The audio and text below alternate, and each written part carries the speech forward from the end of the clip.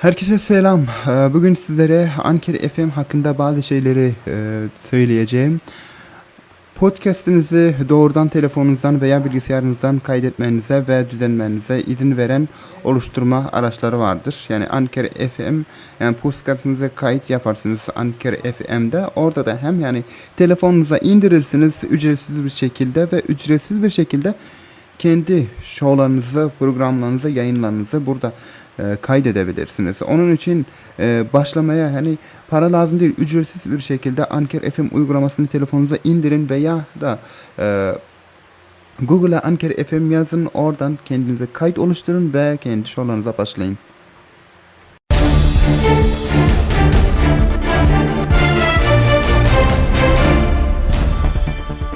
به نام خدا با عرض سلام با مجموع خبرهای این ساعت از رادیو ترکمن FM با من ابراهیم حمیدی خوش آمدین.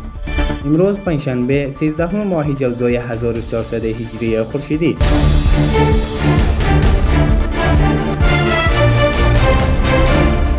پلیس مبارزه علیه مواد مخدر قماندانی امنیتی ولایت جوزجان به تداوم گرفتاری‌هایش طی یک عملیات 2 تن از قاچاقبران مواد مخدر را بازداشت نمودند. پلیس مبارزه علیه مواد مخدر قماندانی امنیتی ولایت جوزجان 2 تن از قاچاقبران و فروشندگان مواد مخدر را از قریه جغسای شهر شبرغان با مقدار مواد مخدر دستگیر نمودند. افراد بازداشت شده باشندگان ولسوالی اقچه ولایت جوزجان می باشند. عین فروش مواد مخدر توسط پلیس مبارزه علیه مواد مخدر دستگیر شدند و از نزد مذکوران مقدار 1 کیلوگرم مواد نو شیشه و مقدار 995 گرم مواد نو هیروئین با یک اراده واسطه کورولا به دست آمده است و قضیه تحت بررسی قرار دارد.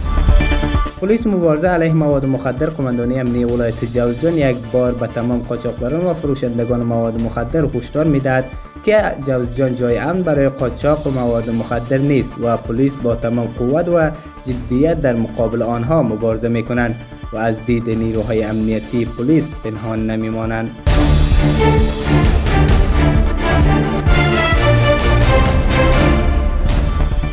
یک عضو ارشد طالبان با 17 تن از همراهانش در ولایت جوزجان کشته شدند. قلاردوی 209 شاهین در خبرنامه بر روز پنجشنبه 13 جوزا از کشته شدن یک عضو برجسته گروه طالبان همراه با 17 تن از دیگر جنگجویان این گروه در نتیجه ضربات هوایی در ولایت جوزجان خبر می‌دهد.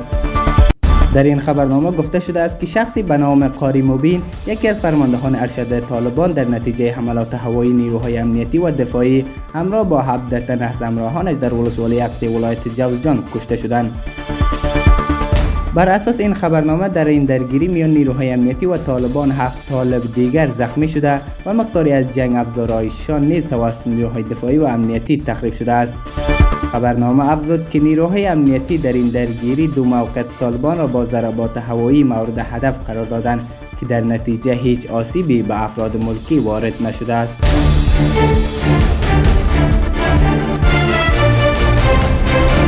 افغانستان عضویت دائمی مجموعه همکاری‌های اقتصادی پارلمانی پیکو را به دست آورد. مجلس نمایندگان میگوید که افغانستان با امضای منشور مجموعه همکاری‌های اقتصادی پارلمانی پیکو به طور رسمی عضویت دائمی این سازمان را به دست آورد. این نهاد روز چهارشنبه 12 جوزا با نشر اعلامیه گفته است که میررحمان رحمانی رئیس مجلس نمایندگان در سفرش به پاکستان منشور مجموعه همکاری‌های اقتصادی پارلمانی پیکو را امضا کرده است. طبق معلومات مجلس نمایندگان در حال حاضر کشورهای ایران، پاکستان، آذربایجان، ترکیه، ازبکستان، قرقیزستان، تاجیکستان و افغانستان از اعضای پیکو اند. گفتنی است که افغانستان و 3 کشور دیگر به تازگی عضویت این سازمان را به دست آورده است.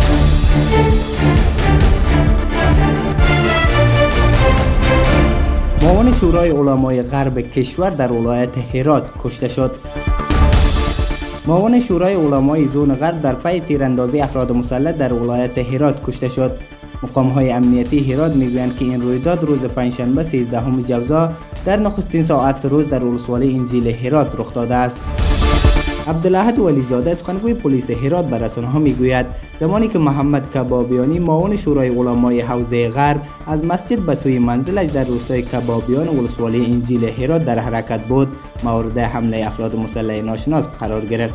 و تا رسیدن به شفاخانه جانشان از دست داد.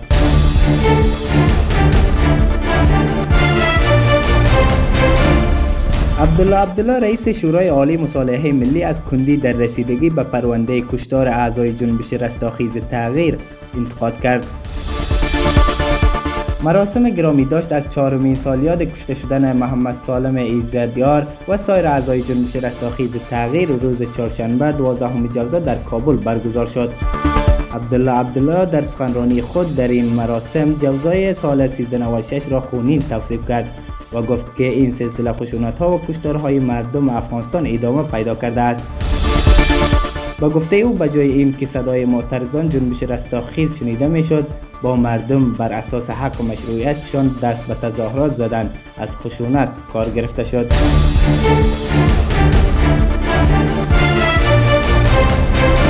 %80 برنامه‌های اقتصادی روستایی را در ولایت پروان زنان مدیریت می‌کنند. ریاست امور زنان ولایت پروان نشستی را به هدف توانمندسازی اقتصادی زنان تحت عنوان از بازار تا مارکت در این ولایت برگزار کرد که در آن شماری از زنان تجارت پیشه تولیدات و صنایع دستیشان را به نمایش گذاشتند. شفیقه صدیقی نماینده صنایع روستایی وزارت امور زنان در این نشست گفت که 80% برنامه‌های اقتصادی روستایی را زنان به پیش میبرند و با استفاده از این درآمد به تعلیم و تربیت فرزندان و معاش خانواده‌شان رسیدگی میکنند.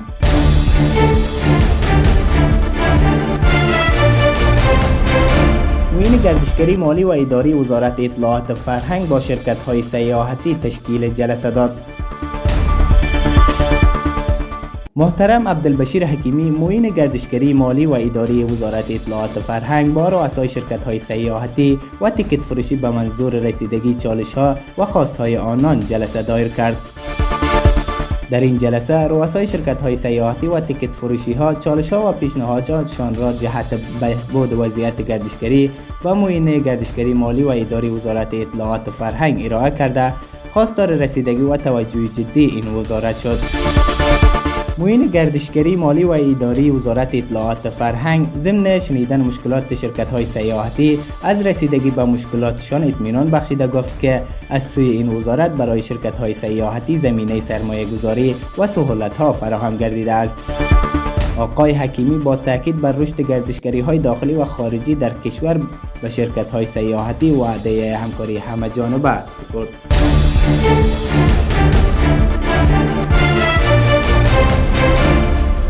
یک پروژه آبرسانی به ارزش 9 میلیون افغانی در غور تکمیل و به بهره برداری سپرده شد.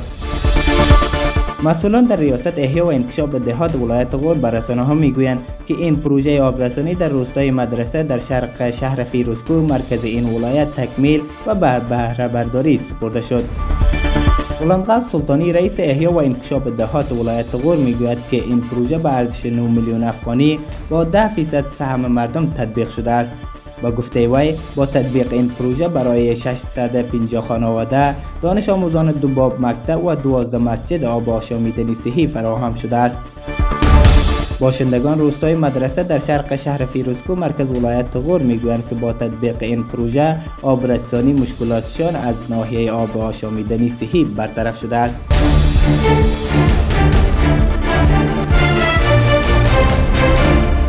نپرداختن حق عضویت ایران در سازمان ملل متحد باعث محروم شدن این کشور در مجمع عمومی سازمان ملل می شود. آنتونیو گوتریش دبیر کل سازمان ملل این موضوع را رسما به ولکان بورکس رئیس مجمع عمومی اعلام کرده است و جز ایران 4 کشور دیگر هم حق رای خود را مجمع سازمان ملل را به دلیل نپرداختن حق عضویت از دست می دهند. سازمان ملل بودجه سالانه خود را به دلیل کسری‌های اخیر کاهش داده است. در دوران ریاست جمهوری دونالد ترامپ امریکا بدیهی چشمگیری در قبال برنامه‌های مختلف سازمان ملل پیدا کرد. بدیهی ایران برای سازمان ملل بیش از 16 میلیون دلار گزارش شده است. پیش از این ایران گفته بود می‌خواهد این مبلغ را از محل آزادسازی دارایی‌هایش در کره جنوبی بپردازد.